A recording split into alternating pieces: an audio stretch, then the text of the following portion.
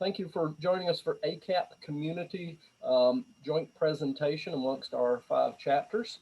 So ACAP is a collaboration of local chapters across a growing geographic footprint. Begun in North Carolina, the state of North Carolina, by our founder that you see here, Francis Hall, in Hickory, North Carolina, and growing nationally. Lots of interest. So if you'd be interested in being a part of an ACAP chapter, please go to our website, acapcommunity.org. We'd be delighted to have you join.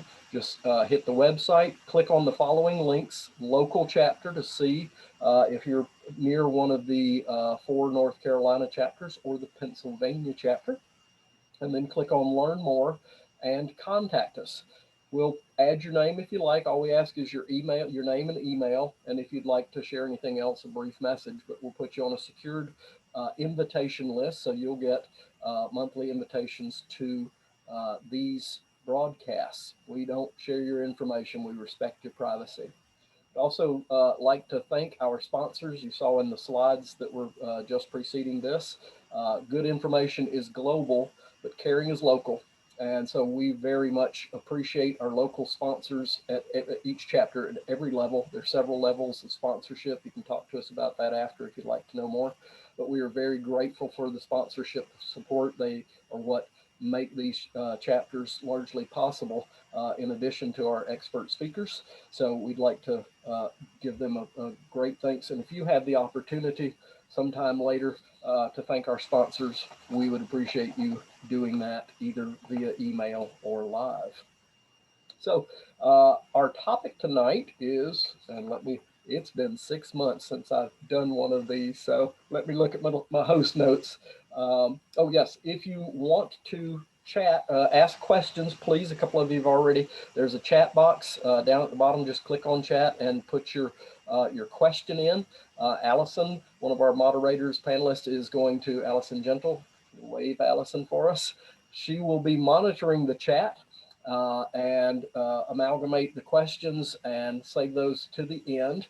At about 6:30, we'll have 15-minute question time. So Allison will get those together for Jaimee, our speaker tonight.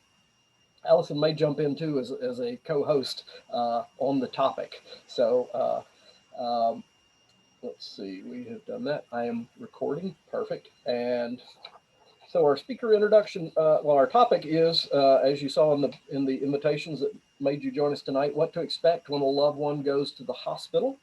And so Jaimee Lowman, who earlier this year became the VP for support services with a group called AuthoraCare Collective. They are the 3rd largest not-for-profit hospice agency in North Carolina. And Jaimee provides executive oversight in this role for all counseling, social work, chaplaincy, and volunteer services.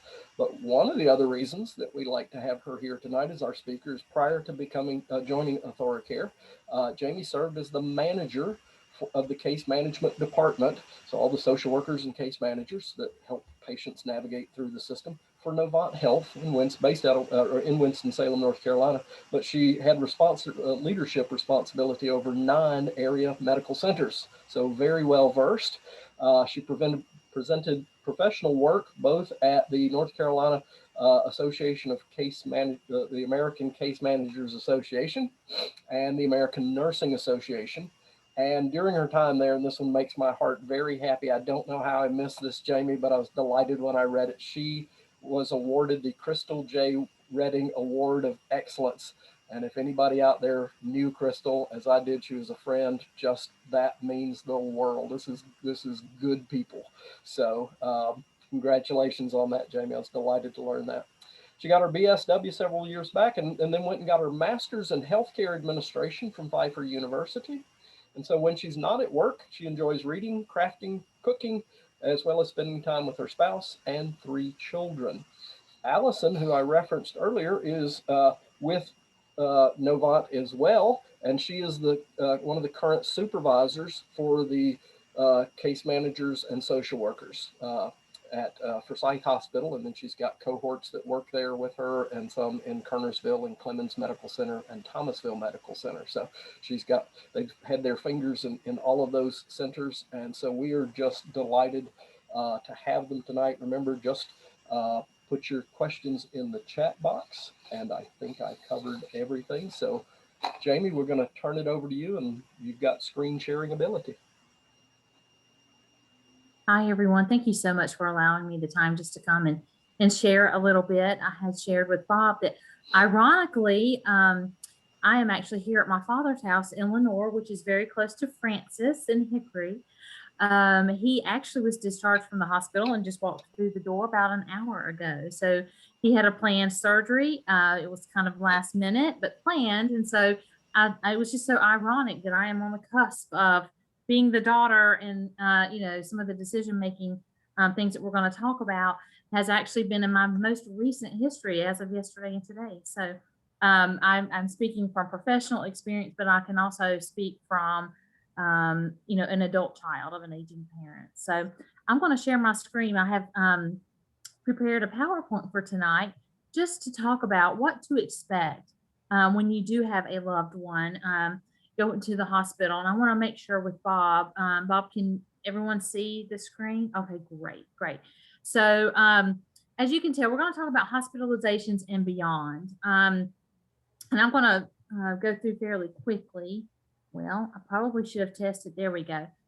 So tonight, what I want to focus on, as we are aging children, adult children of aging parents, most of us who grew up 60s, 70s, and 80s remember the who, what, when, where, why, and how in literature and reading. And so I thought that would make a great analogy source for hospitalizations. And that's the anchor of reading and writing. And really this knowledge that we're going to share tonight is really the anchor for a hospitalization and planning for hospitalizations with your loved ones. So with that being said, the first category that I think that we should discuss is who. The who in this situation will be, who will be the decision makers of the discharge plan, who should be involved in making the plan. Those are questions that you would almost think are intuitive and everyone should know. But as we're going to discuss here in a moment, we're going to talk about capacity. We're going to talk about decision maker laws. Capacity is fluid, meaning, capacity is a physician's determination if a patient is able to make their own decisions, whether, an informed decision. And as Allison will tell you, advanced age, she'll tell you a little bit about me maybe through this or shake her head. It's one of my biggest pet peeves, I'm going to be honest.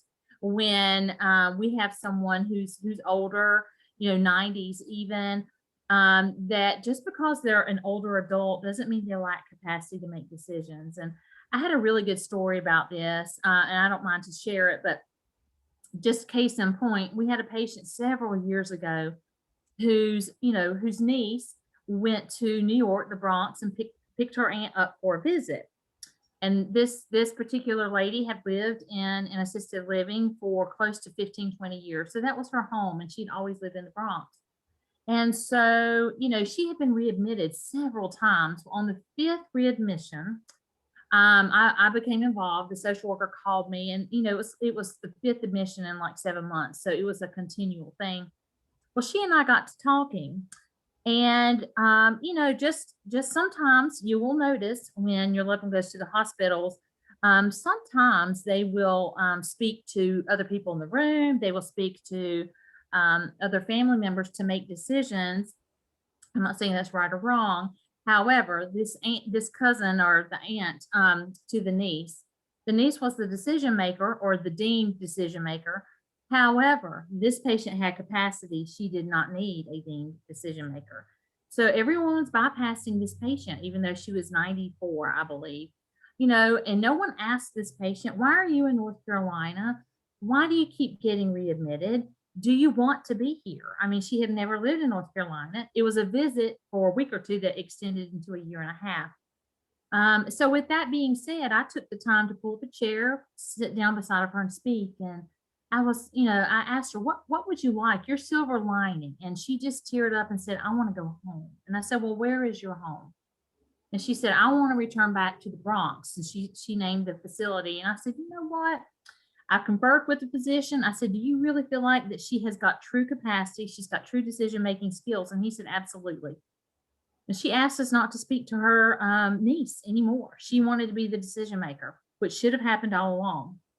And so, believe it or not, we joined up with Lifestar, which is a local ambulance company, and called the assisted living. And the next day, she was on an ambulance ride 10 hours, but she made it to the assisted living, and she went back to the Bronx. And the niece called probably 4 or 5 days later, and of course was upset. But you know what? She had been taking advantage of her aunt and trying to, you know, for whatever reason, financial gain, I'm not sure. But this individual, granted, she was elderly by our terms, but she had capacity. She did not have a guardian, and she did not need a deemed decision maker because she did have capacity. So that does wax and wane. You could have a loved one come in with a stroke or something, and they may not have capacity for a few days or a few weeks. That's when it's important to have a decision maker, and we're going to talk about that as well.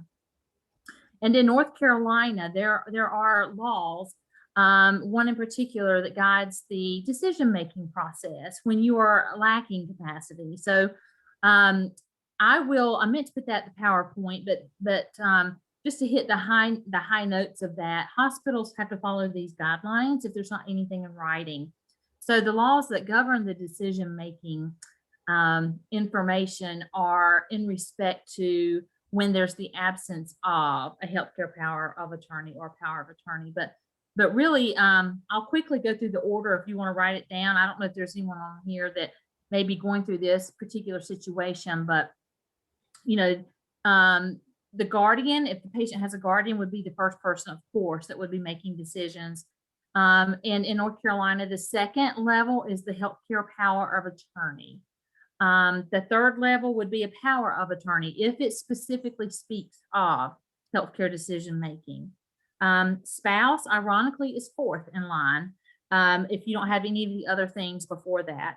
The next one is interesting. The majority of the patient's parents or children who are reasonably available. So that would be the next level. Siblings come next. If there's no children, no parents, the majority of the reasonably available siblings to the patient. And then finally, just a friend or anyone who's making good faith decisions on behalf of the patient. And Allison, I'm sure, will confer with me that and agree that a lot of the time we do have to speak with, you know, siblings, children, and someone who's just making good faith decisions. So that's just a little bit of the high points around capacity and decision making. So if you have any questions around that, we can circle back to it, and Allison will make sure that she captures that for us. So that is the who that is involved in decision making. So wanted to talk just a little bit about healthcare power of attorney and power of attorney. So what's the difference? Well, as the names, you know, kind of infer, power of attorney is a general term. Generally, power of attorneys can be broken down into two categories. It could be, financial and healthcare. They could just be a general power of attorney. Healthcare power of attorney, though, that is what's very important when you're in a hospital setting. So in this particular situation with your loved ones, your parents, healthcare power of attorney is very important. And that is the document that we look to find who would make the decision if, you know, my mom or dad could not make decisions for themselves, who they would deem to be that decision maker. There's not a statute of limitations in a sense of as long as the document is a legal document, was created with, you know, the proper channels, be it a notary or an attorney. As long as it's dated, there's not and signed, there's not a legal limitation that I'm aware of. Now things change all the time, and I would definitely make sure the hospital has copies of that. They'll scan it and put it in their EMR. I would make sure that you as a child of your parent would have that. Banks, maybe. I think anyone who in particular, now if it's power of attorney, I would make sure the banks really don't care about healthcare, but just wanted to make that caveat. But I put a little note here about social media because this is very interesting to me. I had someone recommend several years ago that maybe on the back of your documents or in a separate document to have a list of your social media accounts, your passwords and usernames. And that is, if something would happen to you or your loved one, and you're no longer, able or have capacity, or you pass, are no longer able to manage your social media, that social media presence will just kind of hang in existence forever. So, a lot of our parents, I know my dad, I just mentioned him coming out of the hospital. He's 68. He is all about his social media. He has his iPhone. He's in his EMR. So I mentioned that to him. That wasn't something I had thought about, until a few years ago when someone mentioned it to me around my life directives. And so that's something that we don't talk about a whole lot. Talk with your parents and see, do they have social media? Of course you'll know. But technology, even if you need to get into their computer, like my dad wrote down his passwords so I could get to his, Quicken books and things like that. So that's important. So I just kind of put a little caveat in there, not necessarily healthcare, but I do think it's very important for us to be prepared. And that's part of being prepared. So the what does status mean? What should my loved one bring to the hospital? And then what's the average length of stay in the hospital? So you may be in the hospital and you hear this word. What does status mean? So status isn't representative in this situation of, social status and things like that. It is generally,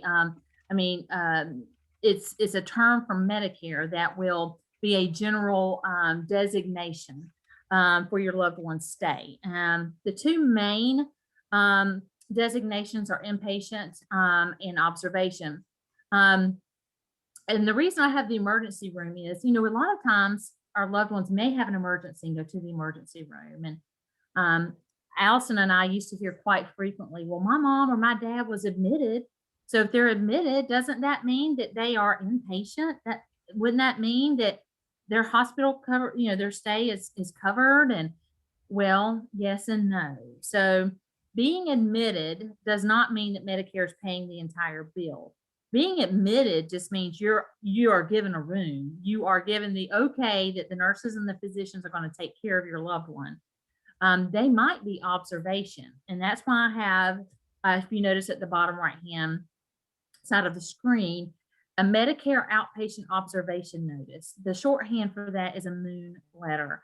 So Medicare changed that several years ago, well, 2 or 3 years ago, that now if your loved one comes into the emergency room and they need to go, well, not necessarily need, they are requesting to go upstairs, or the physician says, I think we might need to observe you and we're going to admit you for a little while. Your loved one will receive this, but it goes over what is covered, what is not. And I'm going to go over some of those things right here with you to kind of know what I'm talking about. So I'm first going to do a little trivia, and I don't know if people can talk or not. You might can type it in and Allison can tell me, but my trivia question is, what is the average length of stay in the hospital right now? And I'm going to defer back to 2019. COVID doesn't count. I'm making that generalization. COVID has increased everybody's stay and has made it a horrible year and a half. But in 2019, prior to COVID, what do you think the average length of stay was for any person in the hospital?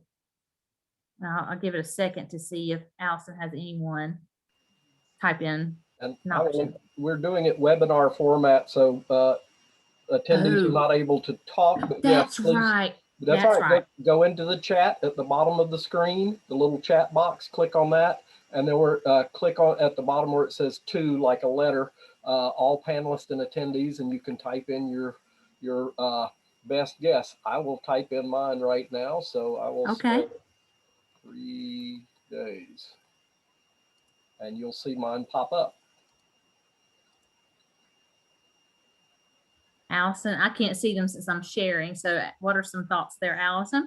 We have 24 hours from Karen, and Bob said 3 days. And then we have Sue who said 3.6, and then 47 hours. So around 2, 3, 4 days, everything from 1 to 4. Okay, great. The Price is Right. I like that. Yes, it is. It is. It is. It's actually 3.5 to 4.5. So it's right in that range. It's even for strokes. I mean, the typical pathway for a stroke patient is 5 days. So hospital stays are shorter and shorter. And so it's really important for us to be prepared as our parents are aging and maybe have a hospitalization. But I wanted to go over the difference between observation status and inpatient status. You can always ask your nurse, your case manager. Your bedside nurse might not know, but case managers will. If you're in observation status, first, let me make the caveat that both of these statuses that are driven by Medicare have conditions and Medicare qualifiers that say this person needs this level of care. This person needs to, it's a designation basically. And they have a team at the hospital that will review the medical record and let the medical record be updated with whatever the status is. So if you go into the hospital under observation status, that's being admitted, but not truly being admitted to inpatient. There are guidelines. The hospital has to let you know that if your status changes from a more acute need, meaning that you were ill and now you're doing better and your care could be managed at a lower level of care, they have to let you know that. They will send you a UR nurse to your room or call you and let you know, hey, your loved one's been downgraded to observation from inpatient. So some of the main differences there, observation status, there are medication costs associated with that that you do not have with inpatient status. There are some other expenses around room and board, but the main one is medications and things. You're typically in an environment under observation that Medicare considers you to not require the level of care that you get at a hospital. Therefore, it's observation. They will support the room and board charges, but typically medications and such are not covered. So it's just very important to know the difference there. But it will also impact certain discharge options, and we'll get into that sooner at the next section. Inpatient status, of course, driven by medical decisions. What's interesting about inpatient status is if your loved one, when they leave the hospital, needs to go to a skilled nursing facility, or they need, a higher level of care and can't go home, and the skilled nursing's really needed. There is, and I don't think the waiver's intact anymore. There was a waiver due to COVID, but I'm not sure if that waiver still exists right now. But typically, you as a patient, your loved one has to have 3 midnight stays in the hospital within a 30-day period that can be coded as inpatient for their benefit for a skilled nursing facility to kick in. So that can be different if you have a Part C Advantage plan, but for the most part, if you have traditional Medicare, this is a hard and fast rule unless there's the waiver for COVID, which I think has ended. Part of the important message that you see listed there, that is a form. I signed my dad's this morning, or he signed it.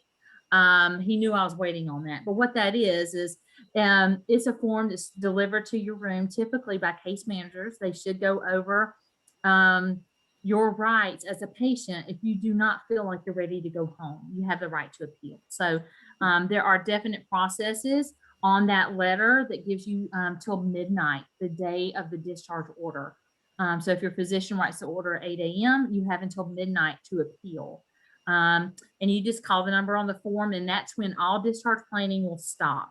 Medicare will have an entity they contract with to determine if your mom or your dad or your loved one is medically stable to discharge. And until that decision comes back, you do remain in the hospital, and that charge is covered. You can only appeal your discharge, though, if you're inpatient. Observation, since you're not actually in the hospital under their care per se, your care could be given at that level anywhere. You do not have the right to appeal because you're not actually admitted. So what's important to bring? A valid ID, credit card, and copies of legal documents. A valid ID is really important because your loved one may get there and maybe you do not have the documents that you need to make a living will or paperwork around healthcare power of attorneys. Most hospitals just do living wills, though, and advance directives. You have to have your ID with you because they are generally filled out by team members who are notary publics, and you have to have your ID to verify you are who you are. Some of the stipulations around that, though, is your loved one cannot have had a controlled substance or strong pain medication within the time preceding making decisions like that. But that is an option to create that document when you are in the hospital. And of course, all of the legal documents we've already talked about, and I'm going to talk about the most form in a minute, so you can know exactly what the most form is. So why would you bring a credit card? I know that people are thinking, why would I bring that? Well, more and more hospitals are trying their best to get you everything that you need before you go home. A lot of the larger hospitals will have pharmacies, such as Walgreens, like at Forsyth, who work in our pharmacies and will deliver medications to your family, to your loved one at the bedside. If that's the case, typically they ask for payment then. The same as durable medical equipment. A lot of times, the walkers, bedside commodes, and such, there's a growing trend for asking for the copays, up front. Now, I haven't seen that prohibit a discharge or prohibit you getting equipment, but they will ask, and so that's just a way. I consider that a convenience. It's convenience so you don't have to go pick up the DME. It's a convenience that you don't have to go pick up your medication. So it is important maybe to have a credit card. I would not leave it there with your loved one. I would, bring it back and forth with you. I wouldn't leave anything valuable there at the hospital, but keep one with you when you go to see them. So that's an item that people don't think about a lot. A MOST form, this is a very important form too. So that's an acronym, and it stands for Medical Orders for Scope of Treatment. And generally, this is a form, you can Google it, and you can see the actual form. But if you have a loved one, your mom or dad maybe has a chronic illness, COPD, that's advanced stages, advanced stage renal disease. This is a form that is a medical order that goes with them, and it covers everything from if you want to be a DNR, CPR, if you would want to be intubated or not, how you feel about antibiotics. Do you want to be treated with antibiotics, feeding tubes? It's an order that's completed by your physician, and it's important to take with you to the hospital should you have an advanced illness and you want to prevent any procedures from occurring that you do not want to occur. So thought I would share that. So what are the parts of Medicare? So we're still on the what. So we've done the who and the what, but Medicare has 4 parts. I'm going to do a very high level. Part A is compulsory, meaning everyone has Part A. Part B is medical, which is outpatient therapies, outpatient treatments. Part C, the HMO, PPOs, Advantage plans, those are optional. Part D is for medications, and that is optional as well. Let's see here. And you can purchase that as well through your Advantage plan. And then you have the Medigap supplemental. And I'm going to do real high level. Part A and Part B, you have original Medicare. So you'll hear original Medicare. If you buy a supplement, generally people will say, I have Humana Medicare, I have Blue Cross Blue Shield. Well, what that means is everyone has original Medicare, Part A and B. But your supplement might give you additional benefits above and beyond. It does give you additional benefits beyond traditional Medicare, but they still cover the same exact what's the word I'm looking for? I'm word finding. It still covers the exact same categories, I guess I should say, A, B, C, and D. So Medicare Part A is anything inpatient. So that's hospital stays, nursing homes, home health coming out to the home, hospice coming to your home, or inpatient hospice. Part B is outpatient care. So that goes to, doctor's appointments. It goes to outpatient therapies. Part C, as you'll see, is the Medicare Advantage plan. Those are optional. And on the last slide, you'll see there's an organization called SHIP that will help. It's free. It will help you and your loved ones determine what would be a good Medicare Advantage plan for you. Part D, of course, is medications.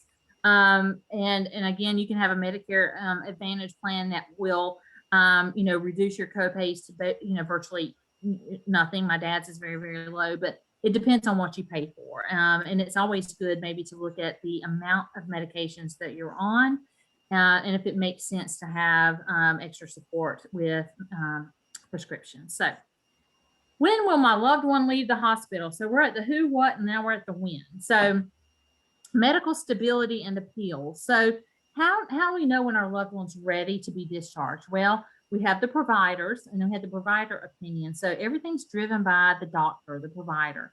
They'll write an order for discharge. It should not be a surprise to you that your loved one's ready to go if the hospital's done their job correctly. It should not be a surprise. The provider bases their opinion on medical stability. Typically, best practice in the hospital is to talk about every patient every day with the medical team. So hopefully the nurses and case managers and physicians are talking about your loved one every single day. And there again, it's that important message document that I've talked about several times. They have to receive that so they can appeal their discharge within 48 hours of that discharge order. So here again, with patient and family opinion, you may not feel that your loved one is quite medically stable, and that is a right. Your loved one has the right to appeal. And so there again, if your status is inpatient, you're not there under observation, and you're there with an inpatient status, and maybe they just not quite ready to go home, or you just disagree with the physician, you can appeal, as this says, Medicare on that form, the number, by midnight, the day the discharge order is written. At that point, everything stops. Medicare starts to investigate, and generally within 24 to 48 hours, there's a final decision. Medicare will either support the physician, or Medicare will support their customer or the patient. So if that's the case, if they support the physician, then you have until 12 noon of that day to vacate the hospital, or the charges turn over to private pay. Or the physician has to, again, assess if they support the patient and make sure that the patient is clinically ready to leave and write another discharge order. So those are just some interesting things to keep in mind. So where can we talk about different options for your loved ones after the discharge, after the hospitalization? Well, you will hear things called level of care. What does level of care mean? Well, in the hospital, you have that medical team that they try to look at every patient's individual needs, their abilities, and their support system. Their children, their family, their loved ones, their neighbors, who all can help at home. And home is always the best option if you can manage it. I recommend home, but just because it is the best place to heal, you get better, and you have less readmissions if you go home. But the different levels we're going to talk about are home, assisted living, skilled nursing, inpatient rehab, and then hospice. And I put them in a level like this, as you'll see, they're ordered in level of acuity, meaning each level you go up, there's more intensive services, more intensive care, more needs associated with your loved one. So for home or independent living, here's some considerations. The mobility of your loved one. The support in the home. Do you have enough support if they can't be alone 24/7, 24 hours, 7 days a week? Do they have the medical equipment that they need? Do they need home health? Do they potentially need outpatient therapies or private duty aides? And I'm going to talk about this in a moment, but Medicare does not pay for private duty aides. That is considered custodial care. That's the term you'll hear. And Medicare does not pay for that. So a lot of people are surprised by that. And home health does not mean private duty care. Home health means they're going to pop in a couple times a week for about an hour. So that's the difference. Independent living is very similar, obviously, to home. It is home. But independent living facilities typically are associated, I have found, with what you see, that acronym there, CCRCs. But that's where you can pay to live somewhere, and it will take you from independent living all the way through hospice, and you never have to leave. But they generally, I know in our area, Winston-Salem and Greensboro, it can be a couple $100,000 to live there, but they have an algorithm. Bob, I learned from you. they have an algorithm that kind of determines what your cost would be to buy in to that type of living community. But generally, they're self-sustaining, self-sufficient, have their own therapies and things as well. So there's some benefit. Assisted living. So assisted living is basically a home environment with just a few hired people to help you live in a group setting. Basically, Medicare does not cover assisted living. However, Medicaid does if you qualify, meaning you do not have a lot of financial needs. But in the assisted living, you typically need to have need assistance with 2 or more daily living activities of daily living, such as bathing, putting on your clothes. Most require, though, that you can at least pivot on your foot or be able to bear weight. They do not have nurses around the clock. They generally just have aides. And so that means you can't be bedbound. Typically, that means you, can't have any type of drain or tube coming out of you, feeding tubes and such. And private duty aides can be there. The family can pay for them to be there to support your loved one, but Medicare doesn't cover it. So the average cost in this area, I think, well, I say this area, I mean Winston and Greensboro. Hickory may be a little bit lower, but it's generally $2,500 to $5,000 for the nicer ones for assisted living per month. So that's just something to consider. And the facility that you're considering at discharge, they have to have a bed. So you may hear a case manager say, we don't have any bed offers. What they mean is they are sending out your loved one's information to whichever level of care you've decided on. And facilities have to extend an invitation. Yes, we can meet their needs. Yes, we have a bed. And yes, we accept their payer source. So there's several things that go into that. Skilled nursing facility. This is a higher level of care. It's not as high as a hospital, I would say. It's just below the level of care of a hospital. So to use your Medicare benefit, if you have traditional Medicare, this is where you have to have the 3 midnight stays in the hospital in the last 30 days for this benefit to start. If you go in under observation and you haven't had any hospitalizations prior to that in the last 30 days that are inpatient that would qualify you, you cannot use this benefit. So you can still go to a skilled nursing facility. That is true, but you would have to pay privately for it. Medicare will not cover it. At the skilled nursing facilities, all therapies are provided: speech, physical therapy, dietary, a dietitian, occupational therapy. They provide all the DME. In fact, I would recommend leaving your DME at home. Your DME may actually grow legs and walk off. If you take it with you to a skilled nursing facility or the hospital, I would leave your own DME at home. But also part of the case manager, and we're going to talk about the case manager in a minute, the facilities have to be able to look at your loved one's medical record to make sure they can meet their medical needs. They may be on special medications. They may be on special feeding regimens, different things. They may need dialysis. There's lots of things that go into post-acute care. What happens after the hospital? And it is 100% individualized to each patient. So the facilities have to look before they make an offer. So yes, we can meet your needs. And yes, we can extend an invitation. We have an open bed. And Medicare will cover 100% for the first 20 days. I will say the growing trend in healthcare, you may hear words such as value-based care if you watch the news. If you've looked at the American Affordable Care Act, there's lots of things driving decisions around healthcare right now. And part of that is shorter stays in skilled nursing facilities.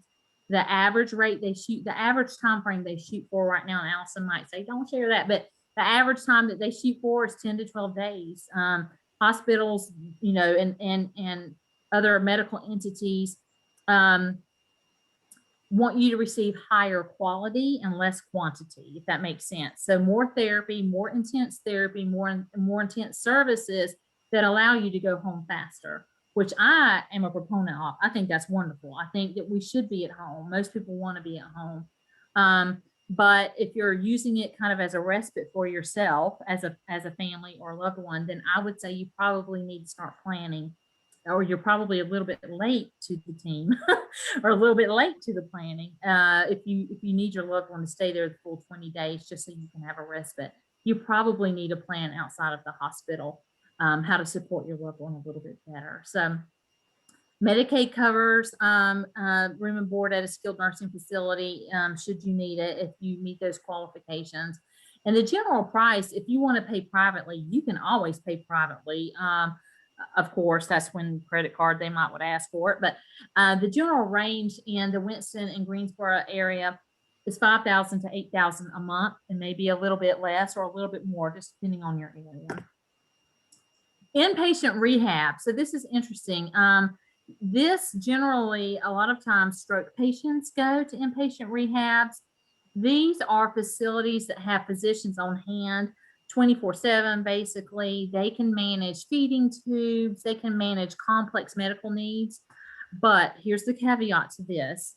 Your loved one has to be able to perform 3 hours of therapy a day. That is the requirement to be in that level of care. So they really push hard, push. But there are some great benefits to that. Stroke patients can recover much quicker if they are in a setting like this. Medicare covers it. Medicare covers it without an authorization. But most Advantage plans require a prior authorization for this level of care and for skilled nursing. That should have been on that slide too. So the general price for this is just more intensive. It's a shorter period of time, is $8,000 to $10,000 a month. So we have several good ones in our areas. There's probably 5 or 6 in the state, probably. There may be more than that. But generally they are really good for intensive, very intense rehab, physical rehab for shorter amounts of time. So, and then of course we have hospice. Hospice is deemed for the last 6 months of life, and that's just the best guesstimate. 2 physicians have to agree to that. They have respite available. You have to have caregivers in the home, and the main thought around hospice is dying within your home. Some have facilities that you can go to for very short periods of time, but they provide everything though. Your Medicare benefit provides for DME, medications, and the like. So you can always unenroll in hospice, and I am a proponent of the sooner you can get in hospice, you actually live longer through the research. Your symptoms are under control, you're living comfortably, you're able to live your life fuller, and you actually live longer. Waiting until the last 3 weeks, a month of your life, typically you're going to have a bad experience, and you're just going to, it's generally all going to be around short-term symptom control. It's not going to be around long-term symptom control.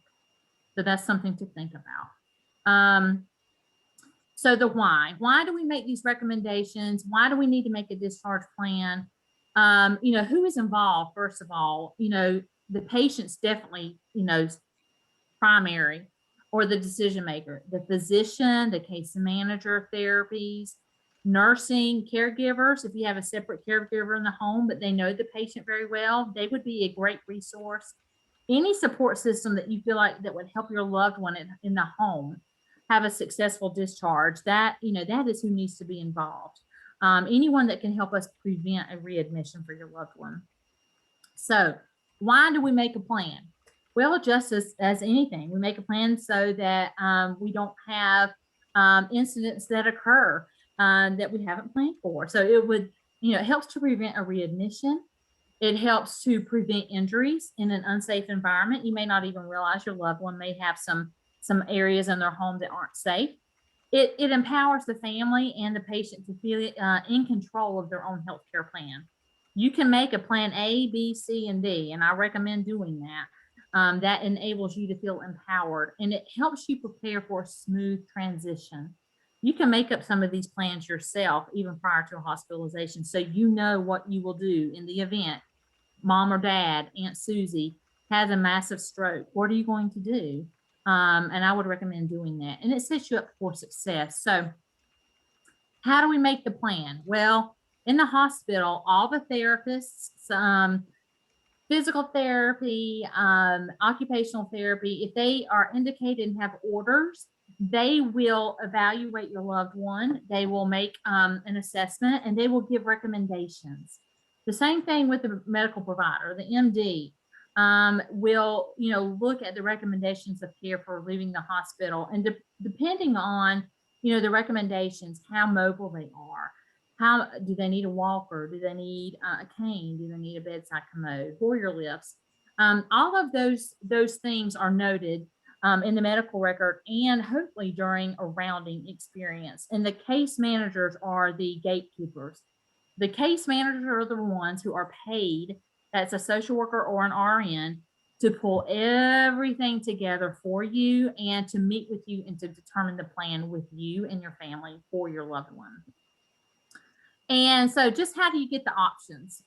So we're at the how now, the who, the what, the when, the where, and the how. And so here we go. We've got case management. So case managers, in larger hospital systems are accredited through the American Case Management Association. We have that in Novant Health. We have quite a few of them. I myself am one, and so is Allison. But the mission statement and the purpose behind that is, we evaluate and we assess your needs, as reported from everyone, as I mentioned, therapy, doctors, nursing.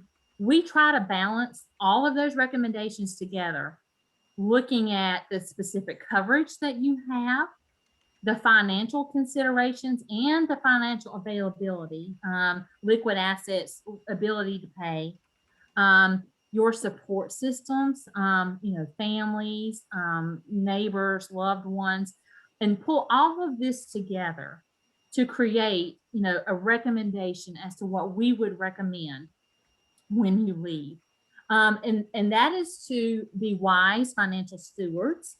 We are commissioned to be wise financial stewards, not only for the patients, but for the healthcare entities themselves and for Medicare. So we take the lens and look holistically at the entire event. And the goal is to prevent a readmission, and the goal is to allow a patient's goals and wishes to be at the very center of the plan. You don't want to go to a skilled nursing facility, then you need a case manager who's going to do everything in their power to prevent that and help you get home. So with that being said, how is it made?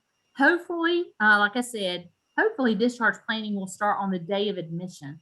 Not that you'll see a case manager on the day of admission, but a case manager might be, watching in the shadows in a sense. The medical team on each floor should be talking about your loved one, should be talking daily about how they're doing. The case manager, should you need something outside of the hospital, will be involved.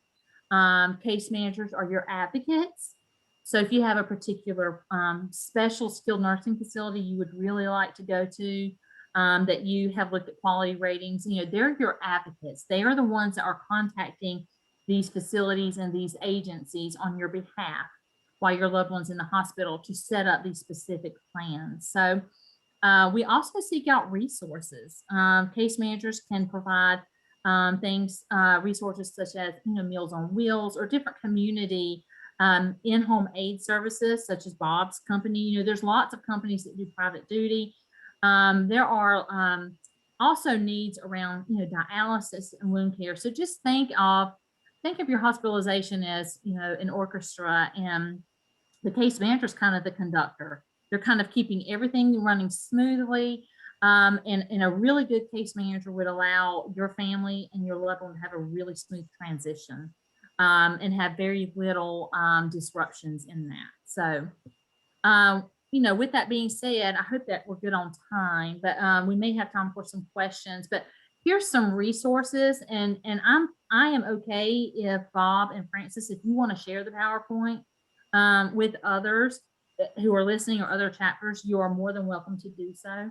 But I thought I would just put some resources on here for proactive planning. Check out your local senior centers in your counties. The SHIP program, those are individuals who are trained to look at, and I meant to look at the acronym. When I wrote the PowerPoint, it might be HHIP. I need to look, I'm sorry, but I'll fix that, Bob. I'll look before I send it to you. But 2 eyes. they specialize in helping you with Medicare benefits, Part D specifically around the medications and recommendations. Medicare.gov is great. Please get familiar with Medicare.gov. Just for instance, I did that with my father before he went to the hospital Sunday night. I had a list of things I was looking for. You know, the hospital compare. I wanted to see how well that they are reported to take care of patients, so I knew where he was going to be. I would also recommend looking up incident reports or incident findings for physicians who are surgeons. I would look at that too. Elder law attorneys are great. Let's say you've got larger estates or you've got you know, family with different assets and things. An elder law can really truly elder law attorney can help put you in the right pathway to make sure everything's completed, everything runs as it should, if something unexpected would happen.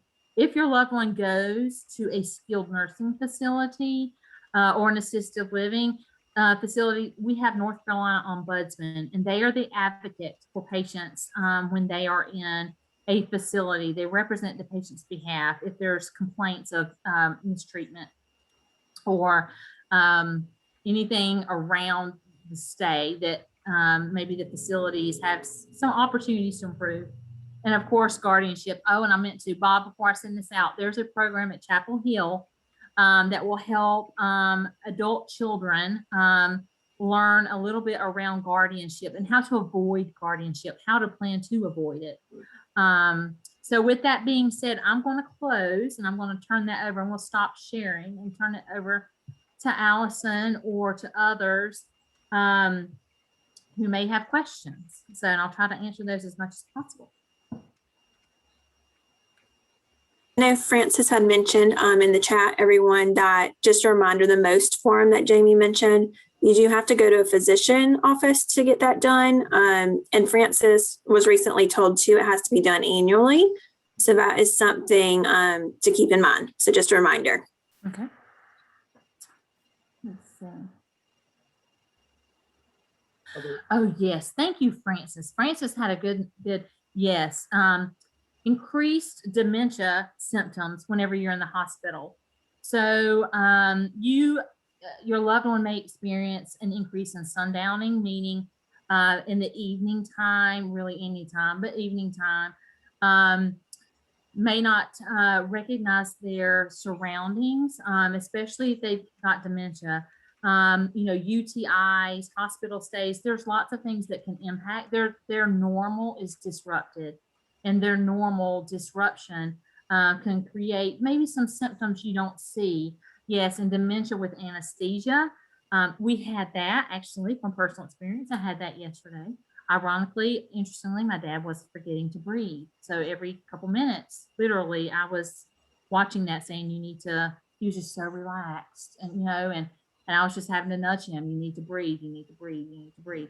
So, you know, so dementia, though, can increase with anesthesia, and it can take a little bit of time. It can take a couple of days or longer, depending on how advanced the dementia is, for your loved one to kind of come back around. Hearing your voice is good. Hearing their normal friends, loved ones who visit, those are all good things to help them kind of reacclimate. And generally, if they're not back to baseline when they leave the hospital, if they go back to their typical living environment, they typically can regain that sense of stability. So, is there anything else, Allison? Let's see. Yeah, Aisha said, can a patient appeal a SNF or rehab discharge once they're there? I believe so. I think they have to give you an important message letter because it's a Part A benefit. I'm pretty certain. I could be wrong on that, but I do know they have to give you notice of discharge. I believe. My expertise is definitely in the hospital, but my guess is if it's a Part A benefit, that they have to give you notice and that you could appeal. And I will say from previous tours, the SNF, the nursing home folks will say, if you have original Medicare, I'm not sure about Advantage plans, but if you go to the nursing home, you've got a bed offer, and you go, we want to try it at home. Uh-oh, we're at home. It's the weekend. This isn't working. You've got 30 days to come back and get that bed. Thank you for mentioning that, Bob. This is another key point for you. If you are on the fence in the hospital and maybe your loved one's not quite where you want them to be, but you say, no, we're going to try it at home. I would always have a backup plan with your case manager. You've heard me mention plan A and plan B, and Allison will tell you, I would say that till I'm blue in the face. I would come up with a plan B with your case manager, and I would get what's called an FL2, which is required for your loved one to go to a skilled nursing facility in North Carolina. I would get one of those completed while you're at the hospital and print it and take it with you. Or if you have home health, the hospital can send it with your home health agency as well. That's just a cushion. If you get home and you cannot manage, it's too much, and you had a facility that was willing to, take your mom or dad or take your loved one for a skilled nursing stay, you can go straight from your home to that facility with that FL2. If you do not have an FL2, you would have to call back to the hospital or have your primary caregiver to make one. And generally, if the primary caregiver primary PCP, I don't know why I say caregiver, primary physician. If the primary physician hasn't seen your loved one since the hospital, they're more apt to not want to do the FL2. So generally, it's best practice if you are on the fence, you're not sure you can make it at home, but you want to give it a try, which home is always best in my opinion. Sniffs will not like me saying that, but it's just the reality. I would not want, it's what it is. So home environment, you always feel better. Now, if you have dementia or something like that, you may need a locked memory care. So I'm not saying there's not ever a need for it. And I'm not exactly sure. Does someone say what does the FL2 stand for? I think I saw that. Yeah. I need to actually look up that acronym and see. I have never actually, Allison might know. I know they're called different things in different states, but I know it's just I actually don't know if, I'm sure it might stand for something, but I just Googled it really quick to see, because we always just refer to it as a FL2, and your primary care doctor will know exactly what you're talking about. But when I looked it up, it just says adult care home FL2 form. So that might just be the name. It's a government designation. That's all you get. It's a designation. It's a screening. I can tell you that. It's a screening tool. It's a screening tool that says, yes, your loved one needs this level of care, skilled nursing, and does your loved one have a psychiatric diagnosis or a medical diagnosis that warrants that level of care? And so that's the state agreeing that yes, Uncle Bob needs that level of care, and he will get what's called a PASR number, and that number will stay with them as they age if they ever need to return. An FL2 would need to be done with each hospitalization, just to verify that, yes, they do have a medical need to be in a skilled nursing facility or an assisted living facility. So good questions. And I saw your question. And one thing I thought about when we were touching base on dementia patients, when I was a case manager on the floor before I was a supervisor, I was on a geriatric floor. So a lot of times, not just the anesthesia, but when you have an infection, so you might notice your loved one is, acting out a little more confused. And you might bring them to the doctor and they say you need to go to the hospital because of a UTI or pneumonia. I would say we're very, very common. So you might notice when they come to the hospital, you're just thinking, oh my goodness, what are we going to do? Like Aunt Sally is not who she used to be, but give it 2 or 3 days. And IV antibiotics will be given if it's that serious, which it probably would be if you're in the hospital, and that clears up. So that's something also very, very common at the hospital that we see a lot of times with elderly patients. And she said, my loved one is fine in the evening, but mornings are very difficult. Is that unusual? She doesn't know where she is. Sometimes even who she is, forgets how to dress herself, etc. I would say that's not unusual. I think depending on where your loved one is on the dementia journey, you may want to speak with the neurologist or the primary care physician. There is a scale for dementia. It's called FAST. There's 7 levels to it. That's a general dementia tool, but you could look that up, the FAST tool for dementia, and kind of see, where your loved one is. I mentioned sundowners, and typically that's how it got the name as sundowners, but typically it's any prolonged in a change in your environment or a typical time of day. Your loved one's typical time of day sounds like it's morning. And so that could just be a disorientation from waking up from a sleep. And so there are medications for dementia. I would just maybe speak to their provider around, are you on the right treatment plan, or is where we're at? And we just need to make a plan to continue to live and keep her in her environment. Are there safety measures for your environment for when she first wakes up, extra measures of people checking in on her or something like that? That's what I would recommend. And Aisha, she asked about the FLT, but she also said that she works with home health, and many people come home without family having the ability to care for them. Absolutely. So you want to talk to that a little bit, Allison? Yeah, I think a lot of that goes back to what Jaimee was talking about with patient choice. That is one of the hard things as a case manager and as a social worker or a nurse case manager. We see so many patients and we want to save them. We want you to go to rehab because we know you're probably not going to do well at home. But Jaimee touched on it being a recommendation. So we make that recommendation in some circumstances where we think skilled nursing and rehab would be the best, or maybe assisted living long term. But as long as that patient has capacity that Jaimee talked about, they have the right to make that decision, even though it's not a great decision. So in that case, we would set up something like Aisha works for home health. We would set up home health. We would maybe make an adult protective services report if it's very unsafe. We would talk to them about private duty aids. What support do you have? And we would try to bring all those pieces together to make it as safe as we possibly can. But in the end, it ultimately is their decision to do that. And a lot of times families might want to try it at home with the best intentions and then realize, hey, it might be more than I can handle. But very good point. Very good point. And Allison made a good point.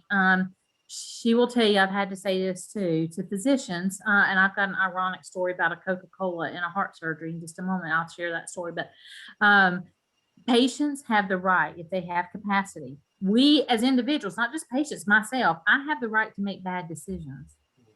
We might not agree with it.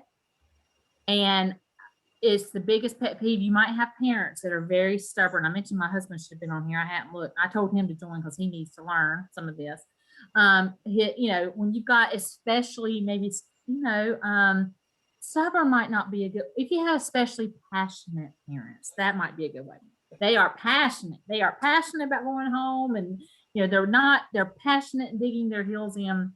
If they have capacity, they have the right to make a poor decision. And so, and physicians don't have the right to hold you in the hospital either. Going back to that, several years ago, I had a patient who refused to go to skilled nursing facility. It's a right. It's a right of hers to go. It's not a mandatory thing. And the physician was so upset because he caught her drinking a Coca-Cola. I mean, I'm just not going to go there. But anyway, after surgery, that he refused to write a discharge order. Refused until she agreed to go to a SNF. And I said, that is illegal and you can't do that. But you know what? Interestingly, in that story, no one ever thought to ask why this patient wanted to go home. And so it got to the point of escalation, mad at the physician, physician's mad. And, I went and spoke to her and said, why do you want to go home so bad? Just tell me. She had a granddaughter living in her home under hospice who had cystic fibrosis. And she did not want her to die while she was in a skilled nursing facility. And no one asked. And so that was a game changer. Sometimes we just have to ask the questions, and physicians sometimes and nurses, they're all so fast trying to get to the patients that sometimes basic questions aren't asked, and it's always okay to advocate. So that was our job as a case manager. As soon as I heard that, we made a plan and we got her home. Physician was upset. He's no longer at me. But anyway, he moved on to other pastures. So maybe I had something to do with that. I don't know. But so it's interesting. You have the right to make bad decisions. I would just have a plan A and a plan B. If your parent or your loved one's like, I absolutely will not go, and you don't have the support, I think that you can talk to the case manager and say, okay, well, let's speak about, we need a backup plan. This is just in case. This is our backup plan. And that way, if you get home and it is just a miserable experience and they need extra support, you'll have that secondary plan with the FL2 and everything in your back pocket to pull the trigger on and hopefully prevent going back to a hospital. Great discussion, great questions. And I'll say too, like from the hospital side, so if you feel strongly that your loved one should have been in assisted living 2 years ago, you know, and you come to the hospital and you're like, awesome, there's case managers here. The doctors are going to tell grandma that she needs to go. We can do that, and we can talk to them and advocate for that and push that and say why it's a good idea, you know, and your granddaughter's concerned about you or your daughter. But I will say wholeheartedly, we're walking in that room and they're just meeting me. And who am I to them to tell them this? So I would 100% say family is always terrified to have that conversation. And I would be too, I mean, honestly, but we are there to partner with you. And it goes so much better than people realize. And a hospital setting is a great time to have that conversation and to kind of change the trajectory. If you're burned out, or if you just need support, even opening that conversation, even if she says no this time, it at least plants the seed. And I would say 90% of the time, sometimes it doesn't go as good as we hope, but most of the time it goes really well. But without the family support and them also talking, it's not going to go past that. And what I mean, just real instances, is that if you're going to talk to someone about going somewhere, they're saying, I'm going home with my daughter. So until that daughter tells mom, I can't do it anymore, that's always going to be in her head. And she's always going to be convinced that it's an option until you have that conversation. So if you're in the hospital and you've been thinking about it for a while, speak up, ask for the case manager, and be open to having that conversation and partnering. Even if it doesn't end how you want, it at least plants the seed. So if she comes back to the hospital, we can continue where we left off. Absolutely. And an accredited case manager is trained on how to facilitate that conversation in a way that's in light of what's best for the patient and the family. So trained communication skills and discussion skills around creating those plans. So.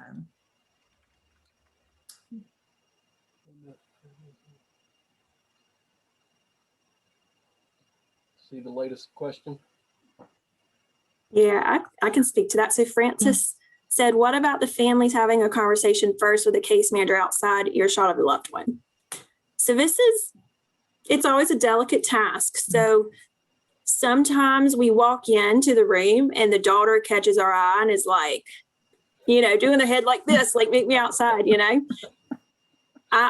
My preference is always to go in and meet the patient and talk to her. And we see you. I promise we do. And if we don't, just follow us outside when we leave. I always recommend following us out rather than catching us as soon as we get in, because we can build that relationship with the patient and get to know them as the medical team. And then we can say, well, I'm going to steal your daughter for a second if we see your head nudge or you're pointing on the way in. But if for some reason we miss it, just follow us out casually and say you're going to the bathroom and catch us. That being said, we don't want to be in the middle, but we want to try to hear both sides and see what your needs are as well, but also advocate for the patient. Absolutely. Good question. Good question, because it's always a balance. Just like the story I talked about when I first opened up about the lady who was moved from the Bronx kind of on a visit. You're always, as a case manager, you are to be the advocate for the patient. However, at times, and most of the time, that includes the family. But that's why it's so important to have documents on hand when someone might become incapacitated in a hospital, that you have those decision-making rights. And we know we could talk to you, Francis, beyond a shadow of a doubt. If, you know, your aunt has you listed and she's not quite able to make decisions, beyond a shadow of a doubt, you are the decision maker. You are who we speak to.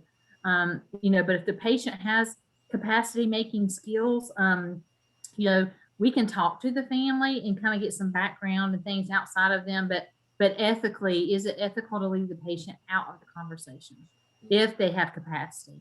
You know, so there's just so many things kind of going on, and a case manager is well versed in that and is trained. And hearing out the family and then trying to plant seeds is what we call them. Let's start planting seeds of conversation. Let's start planting those seeds of next steps, even after this hospitalization, for the next year, for the, let's start planting those seeds now. And I think a case manager can definitely help you with that. Mhm. Very true. Yes. Aisha mentioned that you're so overwhelmed. Yes. I see a hospitalization as a crisis point. Basic a move, there's several things in life, marriages, divorces, moves, things that cause crisis moments. And a hospitalization, especially a long-term one with a serious illness, is probably not the best place to be making large decisions. So, do we see improvement? I would hope so. One of the things I would love healthcare systems to do, or Medicare to do, is actually a training of sorts for when your Medicare benefit starts. What does Medicare mean? What does end of life planning mean? We have a culture in the US that we don't like to talk about that. And it's unfortunate.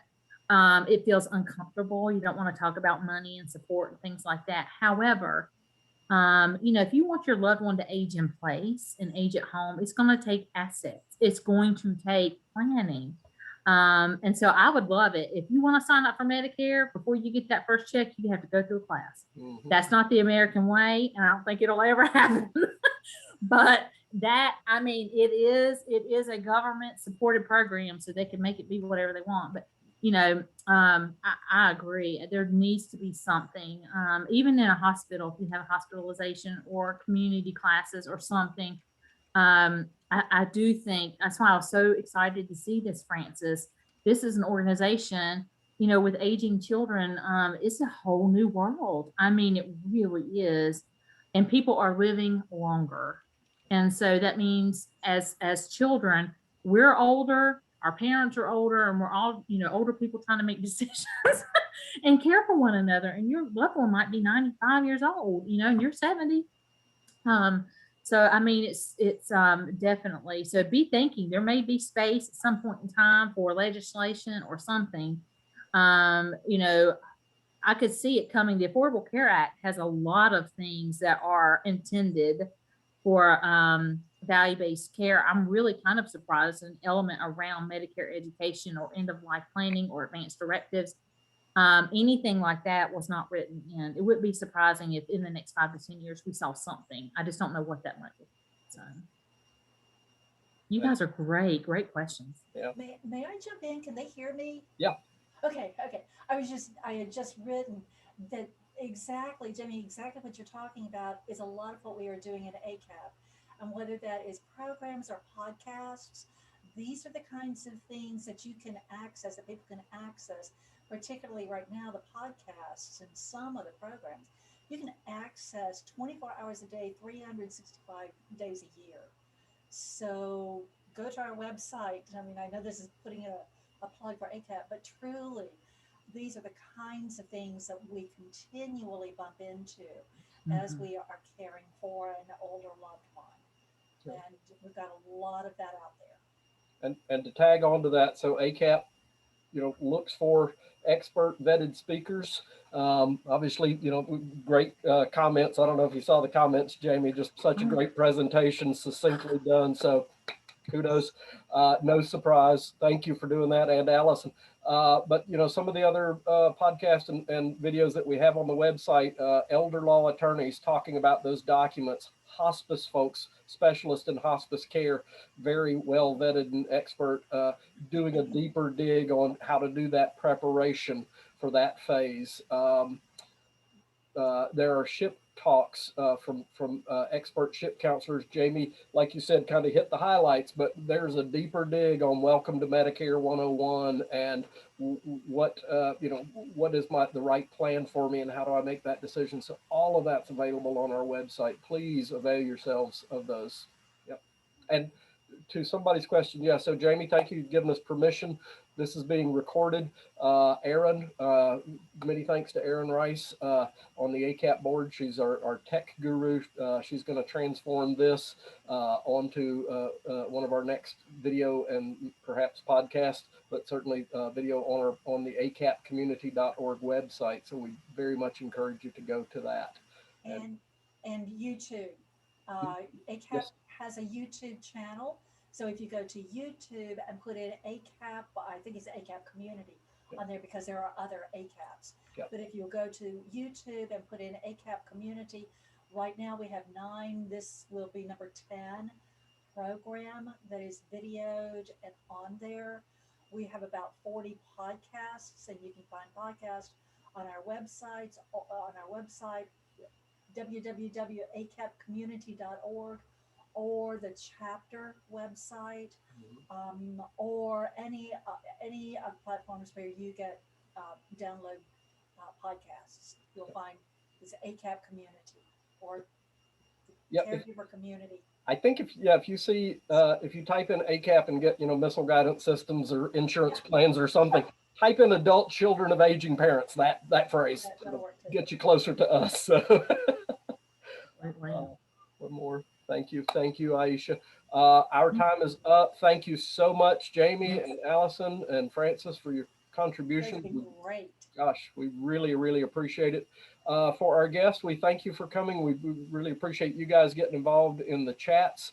So thank you so much. As I said at the beginning, thank you for our sponsors for the different chapters and ACAP nationally. If you have an interest in doing that, please reach out to Francis and discuss that. If you want to support the larger mission of ACAP at the national level as we're growing, talk to Francis. If you want to talk about sponsoring a local chapter, you can reach out to any of us in your area. And our next month, we have 2 of these video options. August 10th at 5:30, our Hickory chapter is doing the topic Understanding Psychological Testing. August 19th at 7 o'clock, our Guilford County chapter is offering strategies for preventing falls. Always good stuff. So thank you so much, everyone. Very much appreciated. Thank you so much. It's been a Thanks, pleasure. all. Thank you. Thank you. Take care. Bye-bye. Bye-bye. Bye.